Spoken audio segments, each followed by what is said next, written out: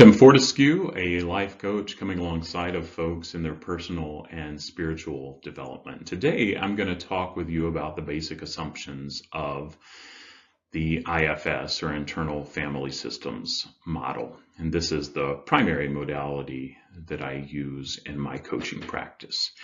If you have questions, please comment and go to my profile, and you can find ways to reach out to me there, but I would love to engage with you if it makes sense. And you may be familiar with the movie Inside Out. The tagline of the movie is "Meet the little voices inside your head." If you're not familiar with the movie, you can easily find the trailer online. The movie is based on the Internal Family Systems, or IFS model, founded or discovered by Dick Schwartz. And the characters in the movie are disgust, fear, joy, sadness, and anger. And they are preteen Riley's emotions or parts as she copes with a move across the country and the new situations that brings. And it's not just what happens inside of her own mind. It's how Riley's parts, disgust, fear, joy, sadness, and anger, interact with and set off her parents' parts too. And we all have voices, emotions, and parts that can surface as beliefs, feelings, impulses, thoughts, among many, many other things. And these voices or parts reside inside of us. And so let's look at some of the basic assumptions of the IFS model. Number one, we're all multiple. It's the nature of the mind to contain an indeterminate number of subpersonalities or parts. I'm sure you've heard someone say, a part of me really likes this, and a part of me really doesn't. It's the nature of the mind to contain an indefinite number of parts or subpersonalities. This is natural, it's universal, and it's useful. Trauma doesn't cause the phenomenon of multiplicity. The burdens from traumatic experiences make parts extreme and conflicted internally. As a subpersonality, each part has its own characteristics, full points of view, as well as emotions, beliefs, and behaviors. For example, a resentful part may feel hurt or sad, have many opinions, and reveal itself through the body in certain ways. Assumption number two, everyone has a self. And I mean that with a capital S. And so what do I mean by self? Self describes the essence of you, how you came into the world, and who you are when you're feeling calm, curious, compassionate, confident, courageous, clear, creative, and connected. And if the capital S self can be triggering for you, I invite you first to see that as a trailhead to exploring the parts that come up around that trigger. See what you notice, see what gifts those parts may be bringing to you. And then consider this, if it helps, and if not, just take it for what it's worth or disregard. But from a Christian perspective, I like to think of self as my beloved self, the beloved child of God that I was created to be. So put that word in a context that works for you, but we all have a self. Assumption number three, parts are forced into roles they don't like due to trauma and attachment injuries. And the impact of unsafe and negative experiences burdens parts with extreme emotions, memories, and sensations. And these memories, emotions, and sensations can cause, by these negative experience, can cause these parts to get locked away, causing other parts to protect against re-experiencing these burdens. In addition, parts may carry burdens inherited by the family or absorbed from the culture or society for many, many generations. Then assumption number 4, the non-extreme intention of each part is something positive for you, for the individual.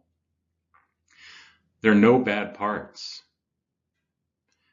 And the goal in getting to know yourself and your parts better isn't to eliminate parts, but instead to help them find their non-extreme role and to be unburdened.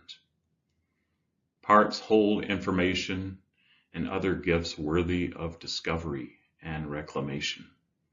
And at their core, parts also hold self-energy, and they have aspects of self.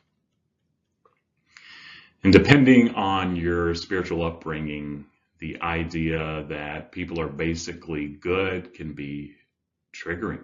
Provide another trailhead to just be curious and notice the parts that come up. And for those from a Judeo-Christian background, it might be helpful to remember that humans are declared first and foremost to be created in the image of God. Yes, this image has been covered by sin, flaws, mistakes. However, if we can translate original sin as burdens, we're talking the same language here. Assumption number 5.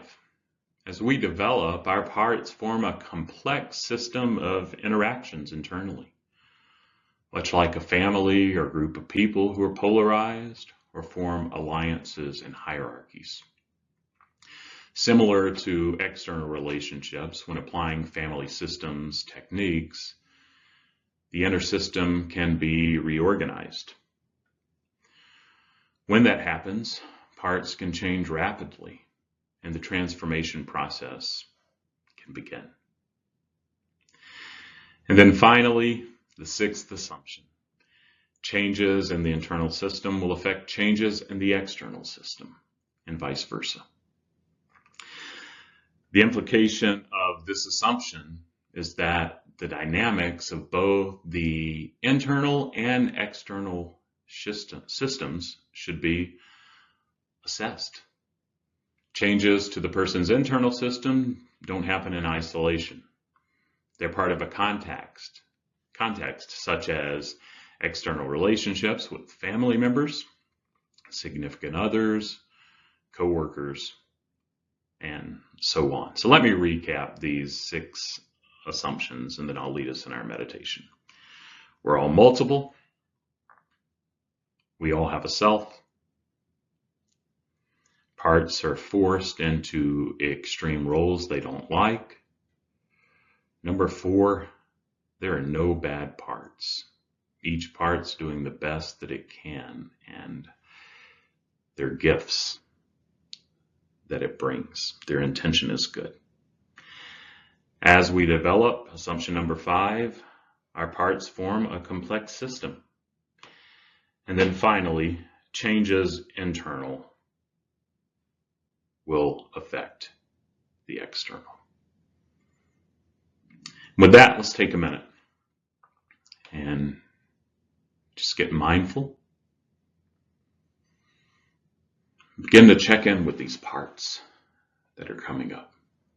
What are you triggered by?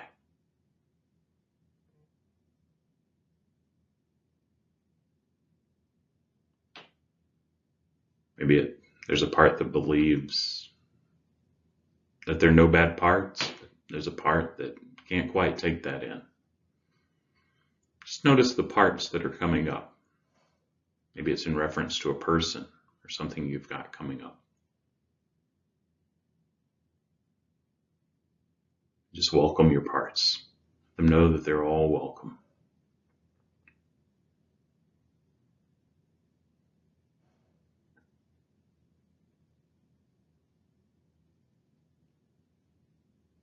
If you can stay curious, just keep noticing what's coming up.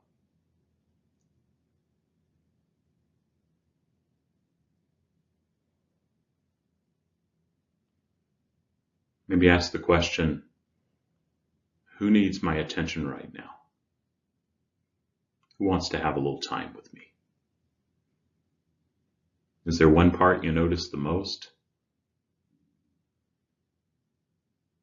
Sit down with it for for a bit. See how your other parts are doing. Maybe they're a little fearful. Maybe they're wanting the attention. Maybe there is a part that needs more of the attention and needs to come to the forefront. But see if your other parts could soften back for a bit and just witness you engaging with this part you notice the most.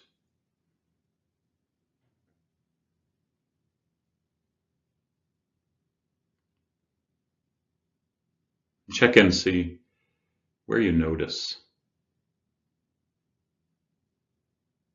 that part. What indicator gives you the part that the indication that you're noticing it the most? Maybe it's a tightness in the chest or tingling in the lips. Maybe it's a color. Maybe it's an image of that part as a young child sitting under a willow tree. Where do you notice it?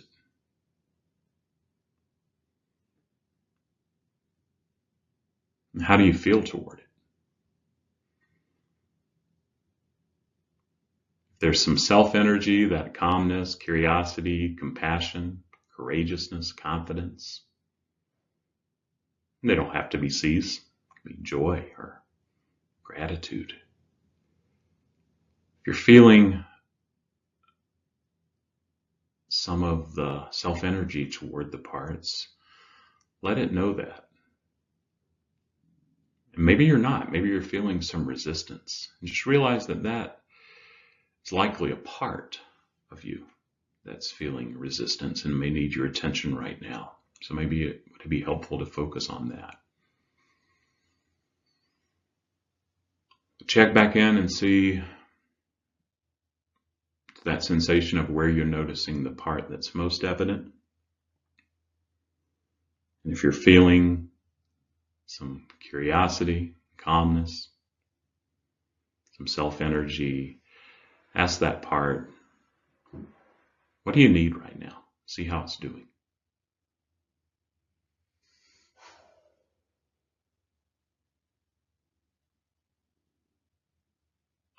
Maybe you need something from the part. Ask it. Or maybe you need to say something to the part. Just spend some time letting the part share with you, and you share with the part.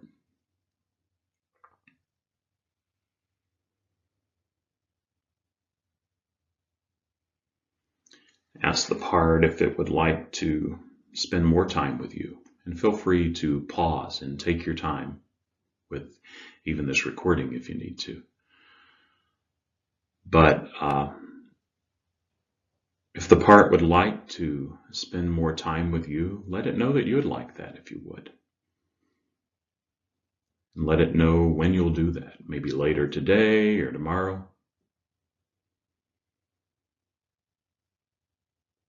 Just continue letting it feel that energy of your beloved self, who you are at your essence. Thank the part for its courage, for its vulnerability in coming forward. Let it know you're not going to forget about it.